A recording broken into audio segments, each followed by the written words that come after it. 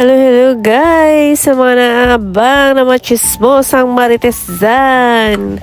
Ito na pong aking third day ng aking facial care na Fairy Skin. So kahapon nag-facial po ako, naghilamos lang ako pero hindi ako naligo kasi malamig ang water at nag-uulan po ngayon. So ayan, taghihilamos lang tayo ng ating facial foam. Maganda po siya at in 3 days, effective na effective talaga. So ito naman, apply natin yung second, yung toner niya. So ayan, patak-patak lang ng konti. Huwag tipirin. So, yan guys, ang ating pay sa ating face para siya, effective na effective talaga, agad. So, ginamit ko siya kasi effective kasi nakita ko nag-glossy ang face ng aking anak. So, maganda talaga yung atong product na ito.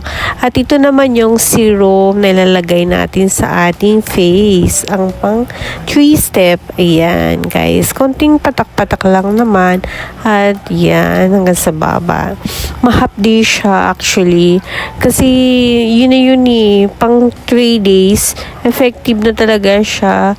So, yung nilagay ko yung serum, ang hapdi niya sa mukha.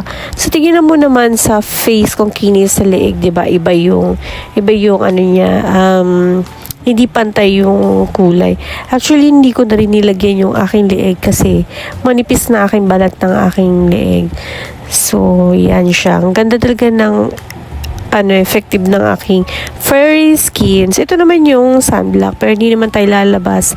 So, ayan, pasensya kayo sa aso at tumatawa ulit, nagugutom na yata siya. So, ito naman yung Bermude na ginagamit ko guys. Nilalagay ko siya sa aking hair pang shiny kasi kakaligo lang natin. Ito, pagkatapos natin maligo, ayan, nilalagay ko siya para maging shiny yung hair mo at mawala yung mga damage ng ating hair, para ating protection ng ating hair kasi lagi tayo nagko-color or anything na ginagawa natin sa ating hair na kung anong ina-apply natin at nadadamage siya at yung mga dryness. So, yan, nilalagay ko siya. Tapos, konti na lang nalalagas ng aking hair. Dalawa na lang. Dati talaga, ang daming nalalagas ng aking hair.